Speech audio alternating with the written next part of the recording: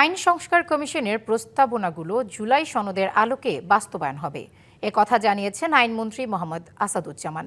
সকালে ঝিনাইদহ শহরের পুরাতন ডিসি কোর্ট চত্বরে বৃক্ষমেলা উদ্বোধনের পর সাংবাদিকদের প্রশ্নের জবাবে মন্ত্রী বলেন, অন্তর্বর্তী সরকারের সময় ১৩৩টি অধ্যাদেশ জারি করা হয়। এর প্রায় সবগুলি সরকার গ্রহণ করেছে।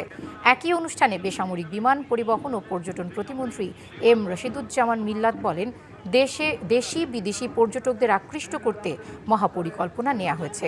পরিকল্পনা বাস্তবায়ন হলে দেশের পর্যটন খাত অনেক এগিয়ে যাবে।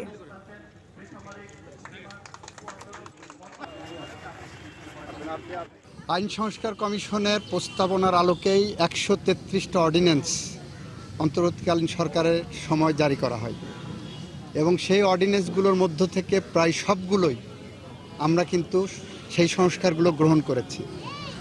বাকি যেগুলো আছে আমরা সংবিধান সংশোধন কমিটি গঠন করেছি, বিশেষ কমিটি। সেই কমিটি জুলাই সনদের আলোকে আমরা সংস্কারগুলো এগিয়ে নেব।